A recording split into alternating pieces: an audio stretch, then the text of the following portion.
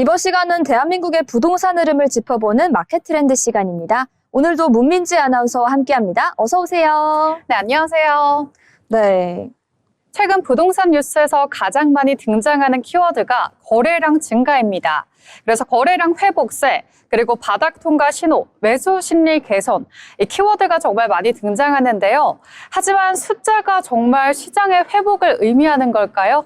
바로 오늘은 거래량이라는 숫자를 통해서 지금 시장의 위치를 파악해 보도록 하겠습니다. 네, 최근 부동산 관련 뉴스의 헤드라인을 살펴보면 정말 이 거래량이라는 키워드를 빼놓을 수가 없었던 것 같은데요. 요즘에 특히 이 거래량에 대한 언급이 늘어난 이유가 궁금합니다. 네, 시장이 요즘에 가격이 크게 오르지도 그렇다고 가격이 크게 떨어지지도 않는 정체된 구간에 있는데요. 그렇기 때문에 가장 많은 변화를 보여주는 지표가 거래량입니다. 가격은 늦게 반응하지만 거래량은 심리 변화를 먼저 반영합니다. 그래서 시장의 초기 신호로 자주 언급이 된다는 거죠. 네, 그렇다면 지금 시장의 가장 큰 특징은 무엇일까요? 지금은 가격 경쟁이 아니라 심리 전환의 구간입니다. 금리 인하 기대가 생기면서 관망하던 수요 일부가 움직이기 시작했다라는 거죠. 다만 아직 확신 단계는 아니고요. 그래서 가격은 크게 웃돌지도 않고 거래량만 먼저 반응하는 모습이 나타나고 있습니다. 최근 이렇게 거래량에 대한 언급이 늘어난 이유에는 이런 배경이 있었던 것 같은데요. 그렇다면 우리가 거래량을 논할 때 항상 빠질 수 없는 키워드가 한 가지 더 있습니다. 바로 금리 이야기인데요. 네, 현재 시장의 변수라고 한다면 금리가 되겠습니다. 금리 인하 기대감이 커질수록 지금의 저점이 아닐까 이런 생각들 많이들 하시죠. 하지만 이 기대감이 실제 계약으로 이어지면서 이제 거래량이 늘어나게 되는 구조다라는 거죠. 그래서 기대와 현실 사이에는 반드시 시간차가 있다라고 보시면 되겠습니다. 네, 그런데 거래량이 늘었다고 해도 모든 지역에서 이런 현상이 나타나는 건 아닌 것 같은데요? 네, 맞습니다. 최근 거래 증가 흐름은요, 서울의 핵심지, 수도권 일부 역세권 중심으로 나타나고 있습니다. 반면 외곽이나 공급이 많은 지역은요, 여전히 조용한 경우가 많습니다. 그래서 거래량 증가라는 표현을 들으면 어디에서? 라는 질문이 먼저 반응하게 되는 거죠. 거래량과 그 위치를 연결짓는 부분이 굉장히 중요한 것 같은데요. 그렇다면 이러한 키워드가 혹시 전세 시장과도 관련이 있을까요? 네, 매우 밀접하다라고 보실 수가 있겠습니다. 최근에 전세 가격이 일부 지역에 반등이 나와주면서 차라리 매수하자라는 수요가 증가하고 있습니다. 전세가 안정되면 매수는 줄어들고 있고요. 전세가 오르면 매수 전환이 늘어납니다. 그래서 거래량은 이런 구조적 움직임을 반영한다라고 보실 수가 있겠죠. 아무래도 이 거시적인 구조와 거래량이라는 수치를 같이 확인해야 될 필요가 있는 것 같은데요. 그렇다면 정책의 변화 역시 이 같은 상황의 변수로 작용할 것 같습니다.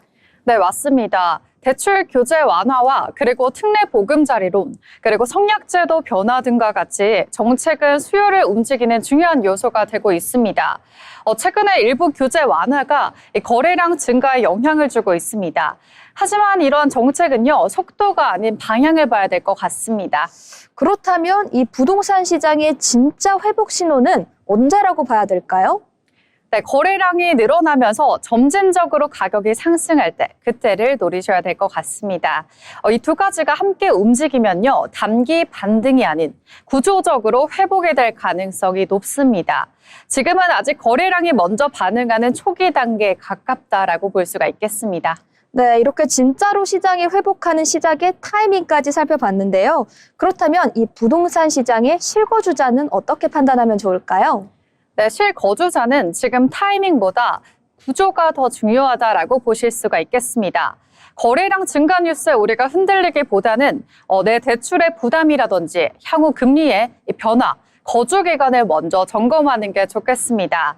시장의 흐름은 참고하고 이 결정은 개인 조건에서 나온다라고 보실 수가 있겠습니다. 네, 이렇게 거래량과 정책적인 변화의 타이밍, 그리고 실질적으로 시장이 회복되는 타이밍까지 살펴봤는데요. 그렇다면 투자자의 경우에는 어떤 부분을 체크하면 좋을지 궁금해집니다. 투자자라면 거래량의 지속성을 보셔야 될 것 같습니다. 일시적인 증가인지, 그리고 몇 달간 이어지는 흐름인지, 그리고 공급의 일정과 입주 물량, 그리고 금리 방향을 함께 봐야 합니다. 거래량은 단독 지표가 아닌 조합 지표로 보는 것이 좋겠습니다. 그렇다면 문민지 아나운서는 지금 시장이 어디쯤 와 있다고 보시나요? 네, 저는 지금 확신 전의 단계다라고 보고 있습니다. 바닥의 공포는 지나갔지만 상승 확신은 아니다. 그 전 단계다라고 보고 있는데요. 거래량이 조금씩 살아나고 있는 탐색 구간이다라고 보실 수가 있겠습니다. 이 시기에는 과대한 비관도 그리고 과도한 낙관도 하지 않는 게 좋고요. 이런 것들은 모두 위험한 판단이다라고 보실 수가 있겠습니다. 네, 오늘은 이렇게 부동산 시장의 뉴스의 헤드라인 핵심을 차지하는 키워드 거래량에 대해서 심도 있게 알아봤는데요. 오늘의 내용 한 문장으로 정리해보자면 어떻게 될까요? 거래량은요, 결과적인 지표가 아닌 심리 변화의 신호다라고 말씀을 드릴 수가 있겠습니다. 지금은 회복의 출발선일 수 있겠지만 확신의 종착지는 아닙니다. 네, 오늘 이 이야기를 살펴보니까 거래량이라는 세 글자를 보는 시선이 좀 달라진 것 같은데요. 네, 맞습니다. 이 거래량은 분명 중요한 지표임에는 틀림이 없을 것 같습니다. 하지만 그 숫자 하나로 시장 전체를 판단하기에는 부족하다라고 보실 수가 있겠죠. 그래서 지금처럼 금리, 정책, 그리고 전세 흐름이 복합적으로 얽혀 있는 시기에는 숫자를 결론이 아닌 출발점으로 받아들이는 태도가 중요합니다.